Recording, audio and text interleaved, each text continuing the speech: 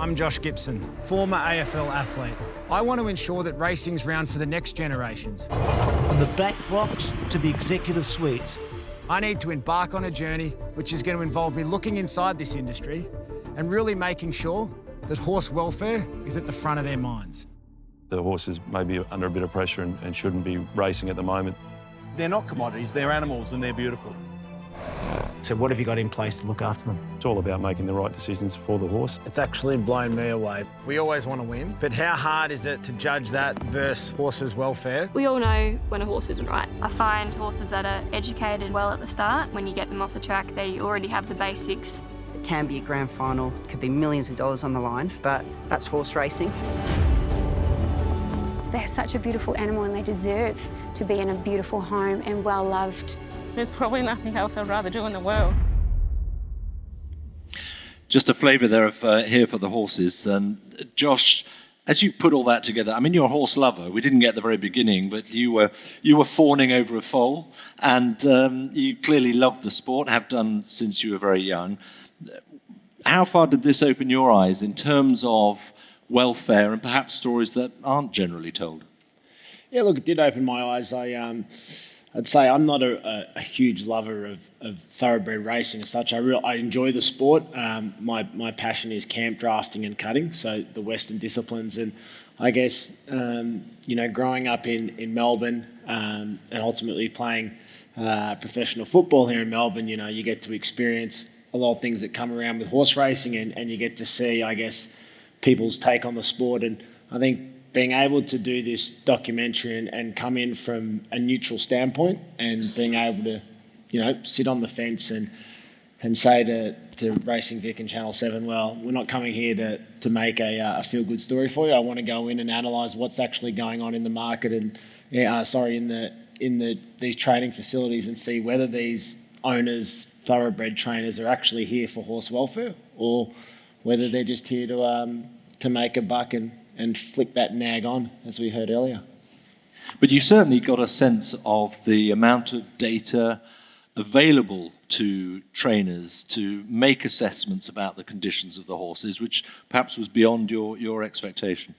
Yeah, it really was. And that's, one of the areas I was most impressed about. And Christopher just mentioned in his story about, CT scans, not being able to pick up those things. And I think back to every hamstring that I tore during my 13 years of playing. And if I actually think about those training sessions before, I had a moment where I knew I probably wasn't right and something didn't quite feel right. And we chose to run the gauntlet as such, and you end up with a big scar after surgery. So then I look forward into my career and see the type of data that we started using for recovery. And, we look at running in different zones and ensuring that I've got top end speed when you're coming back from an injury and running certain amount of Ks. And then when you go out to, a Danny O'Brien and you see that they're putting the same sort of systems in place with their track work and ensuring that they're looking at stride lengths and they're looking at, the heartbeat of these horses and how hard they're working to get that normal stride length that they're used to, ensuring that the patterns are the same,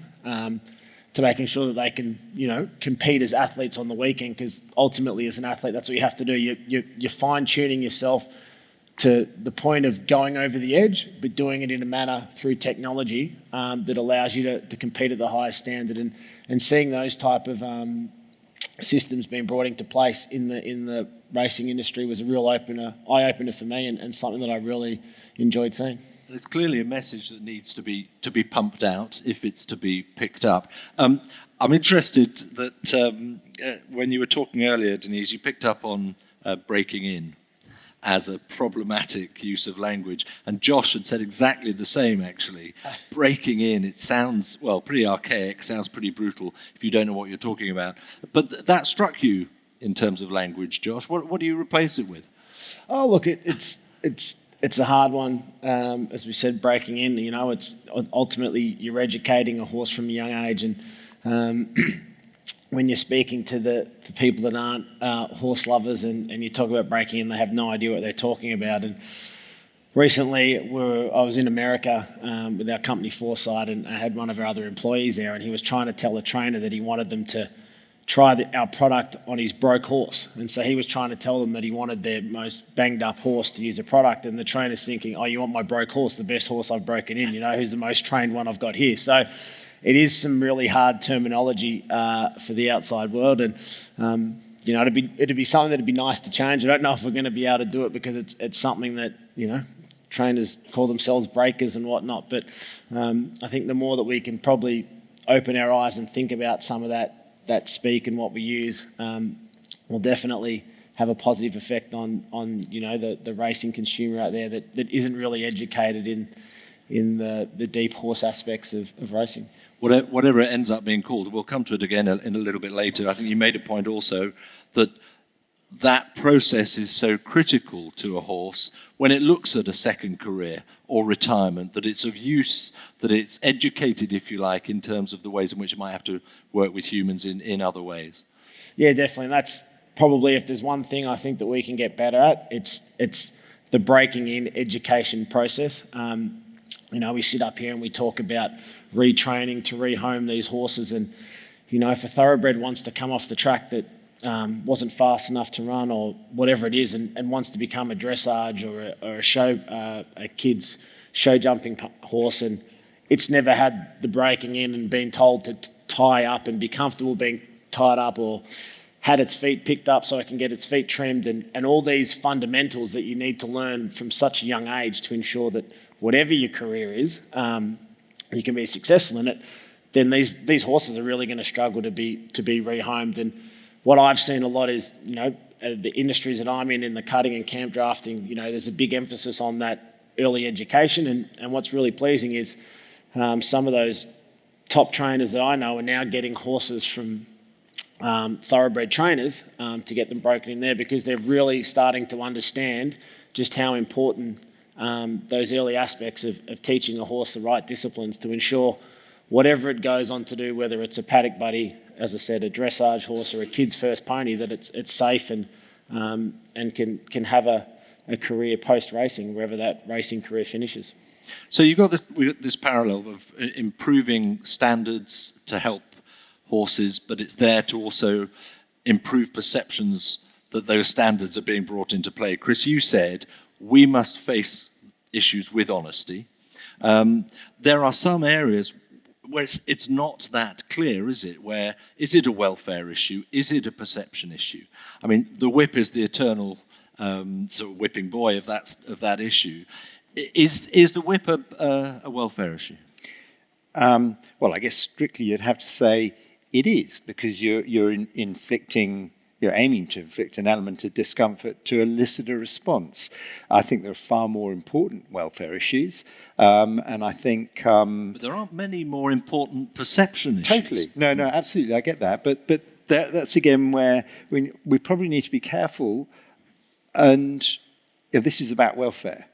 It's not about perception. We had all the stuff talking about getting more people in the sport, etc. This is a very important component of getting people in the sport, but the focus should be on welfare, what really matters to the horse, not what matters to the people to making people look good. Whether you use breaking or whatever is important for selling the sport in a good light, but for the horse, it doesn't matter what you call it. It's how you do it that matters. Grace, what do you think? In terms of the whip and in fact the welfare issue, the importance of it. I mean, Chris obviously comes from as you both do, from a very strong veterinary background, and the horse is what matters. But we all know that people do make assumptions. That's why Denise is sitting up here to try and work them out a little bit better. I think they're both equally important, but as Chris has highlighted, they're different problems that are solved in different ways. When you have a real equine welfare issue, and we know that there are some of them, the chronic injuries that Chris spoke to, they have a different way of solving them compared to issues that might be more of a public perception, like the naming of educating or breaking in. So they're issues that the industry needs to address. You just come at them from different directions. You also said in your presentation, which I thought was very interesting, injury is a part of sport, death is not. Look, you want honesty. Death is part of the sport of racing, isn't it? I don't think that it should be. We know that we cannot say that we can get to a point where there would be no horses that would be put down as a result of racing. But what we can do is say that we're going to put in place measures to try to reduce the risk of a horse having an injury. So we can't say that we can stop it, but we can do our best to minimise it. I mean, the example we have here is like the road toll. We don't want to have car crashes and we don't want to have fatal injuries in car crashes. We're going to aim to get that towards zero, but we know that that's going to be really challenging to meet that place. Denise, how do you square this circle in terms of people understanding better? Because you don't like the word educate particularly, do you? I think you see it as more subtle than that. There's a place for education, I think, but I think we also rely too heavily on education. How many times have you done courses and things like that where actually we're just telling people what they should do, actually leading through things and working with them and creating other circumstances and understanding why people are doing what they're doing is really important. Often, particularly, and I'm not talking about the outside the industry, but inside the industry, people probably know what they should be doing and what is best practice, but why are they not? It's got nothing to do with education. So understanding their drivers and underlying things, and it might be that's the way I've always done things. So there's habit there. The underlying assumption of how they actually feel. Is there true horse-centered care there? Who knows? You know, so there's a lot of drivers. Money is one of the biggest drivers, and actually that means that money, it becomes one of the biggest, hardest problems to solve. Whenever there's money involved, we know that because the driver for that in an economic world that we live in means that it makes it very, very difficult to change behaviours. But if we can shift social norms, those people who aren't doing the desirable behaviours becomes less and less, and actually the perception outside can build on that. You know, as it shows in the Here for the Horses, it's a fantastic documentary that really showed that actually the majority of people are doing the right thing, but those who aren't, if we make them the real outlier, and some people might say that they are, but actually there's more to be done there.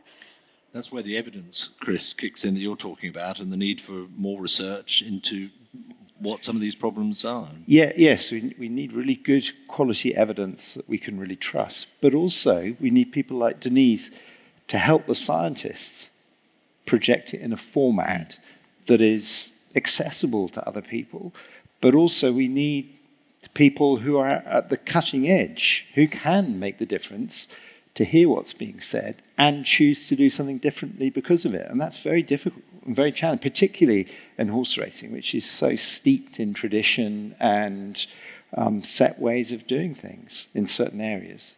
I mean, the film that you put together, Josh, with Racing Victoria, is a very strong, positive take on welfare issues, on how horses are being looked after. We had Eddie Everywhere here yesterday, who was talking about the importance of getting news programs involved in these issues. They would be, if I'm being honest, they would probably be more sceptical going into this than perhaps your program would point towards. Would you still think that is a good thing? Do you think that the overall message you saw was an unequivocally positive one? That I experienced during the documentary? Yeah, it was. And, you know, if you were to grade everyone that I every farm I went to, every trainer I met, you know, and they're not all as good as each other, but in terms of being above a pass line, yes, it was there. Are there plenty of people that we didn't get to see to go and visit that are below that line? Yeah, there are too. So, and really, it's about those people that are below the line, them really getting fed what the above the line people are doing, and really, you know, almost forcing it on them that it's either this way or there's no more for you. So, and until we can probably have that super hard stance on someone that's not towing the line, you're always gonna be striving for utopia, but you won't get there. And Hallie, you've given us an example where hundreds of thousands have come to see for themselves, with their own eyes, get their own experience on how well horses are being treated, and what a wonderful sort of world they can have. But in the grand scheme of things, 200,000 is not a drop in the bucket, is it? So what else can you do to broaden that sort of, to open that opportunity? Yeah, absolutely. I think, in Kentucky, I don't know if many of you all have visited, we've become very well known for our bourbon as well as our horses. And horse country is very much so modeled off of a marketing effort by the distilleries called the Bourbon Trail. And they just welcomed over 2 million visitors in 2022. Now, they started back in 1999. They welcomed 1 million guests, I believe, in 2016. They hit the 1.7 million mark in 2019 and have just reached the 2 million mark of guests. So the scope is there. I think also, at Horse Country, we don't want to necessarily be a zoo where we're open all day long and you can come see the horses in their pens or their cages if you can. So we're still really trying to balance truly authentic experiences. But I think, I want us to get to the point where that 200,000 number is a year, not 7. And I think we have the commitment from our members to grow that scale.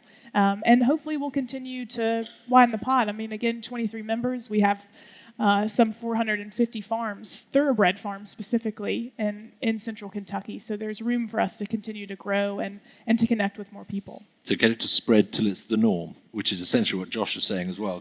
Get that spread. Can we just focus for a moment on the protocol for the Melbourne Cup? And as Chris pointed out, a certain resistance pushback, I think you called it, from certain parts of the world, which you found disappointing, Chris. I'm sure you did as well. I'm just wondering what you felt the perception was for that pushback. I mean, you alluded to it, but was it a sense that you felt that they were being excluded because they were too competitive, or did they not really get it? I couldn't speak for people, but I can explain some of the feedback that we did directly have, and there's no hiding that there was a sense that perhaps, although it was definitely not our intention was to avoid injuries in our international competitors. I mean, these are champion horses that don't come along every day. Trainers will tell you that, and if you've got one, you want to keep it as happy and healthy and racing as long as it can. So that was definitely not our intention, but there was a bit of misinformation or an underlying feeling from some of the international competitors that we were being a bit parochial and wanted a local horse to win the race. And I mean, there was no substance behind that, but there was definitely that feeling. But all I can do is reinforce that, we had a problem. We went through a really thorough process of trying to identify, what were the risks, which ones could we look to reduce, and then we came out with this raft of recommendations. And they're definitely challenging for trainers to step through. We're constantly working. We were only 2 years in, and so each year we're reflecting on the process, trying to find ways to make it easier for our international trainers to engage with so that they can come. But, we had horses in the first year. We had the horse State of Rest that went through all the processes, came over and won our Cox Plate. Last year, we had a number of international horses come over and compete really well and place in the Melbourne Cup. So I think as people see it's possible to do, that will definitely give them some confidence. The proof of the pudding, ultimately, which has to go on year after year. Josh? Just to jump in on that, ultimately there were horses in Australia that got scratched because of this as well, and I think that for some of these trainers, the next level is trying to think like an athlete. And I know myself, if I was getting on a plane and I was flying to play in Perth, I wouldn't be getting off the plane and training hard that day. I'd be worried about doing soft tissue. If I've at the end of the season and it's backed up and we've done a lot of training, my training sessions get shorter. And I think when you start thinking that way and you understand why these scanning and procedures are in place, it's because they can be at a different stage in their season-long campaign. They've been on different surfaces. You're going to be fatigued in different ways. And the only way to pick up those indiscretions in horses is by scanning them at that level, because these are such minute things. And I think if you take away the we're trying to help local horses win, and you actually think about it from an athletic perspective on what these horses are going through and where they are in their program, then the scanning makes sense to ensure that on game day, we have the best horses racing in the best condition possible, so we get to see an absolute spectacle, and it doesn't matter whether it's who the trainer is. That's the ultimate of what we want to see.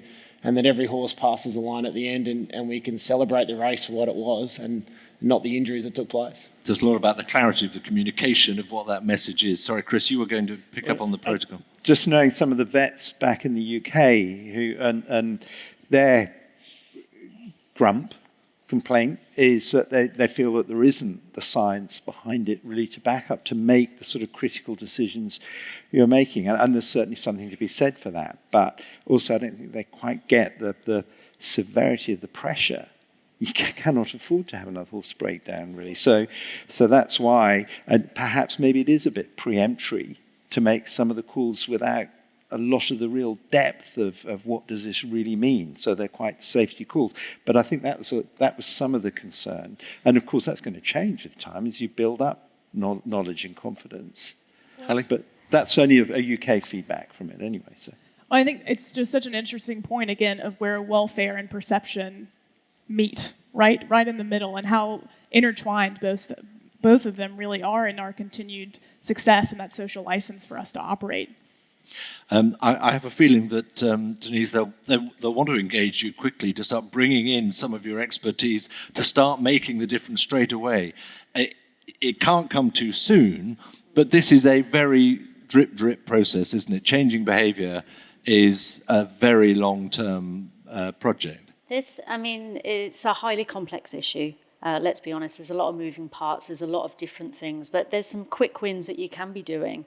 In Hong Kong at the moment, obviously, I heard on Tuesday that they've started doing like a retirement fund. So the minute that you take on a horse or anything like that and it goes through, at the end, there's a pot of money ready to go. Here, we've been talking about a super, which is basically retirement as well. So a super fund or different things that means that at the end of the time, when a horse is finished, that it will have a pot of money, and it shouldn't just be relied on, because we know that there's different things and there's a lot of things medically and everything else that could go wrong. But it means that it's showing that people have actually got that investment, that it's not just for that period of time.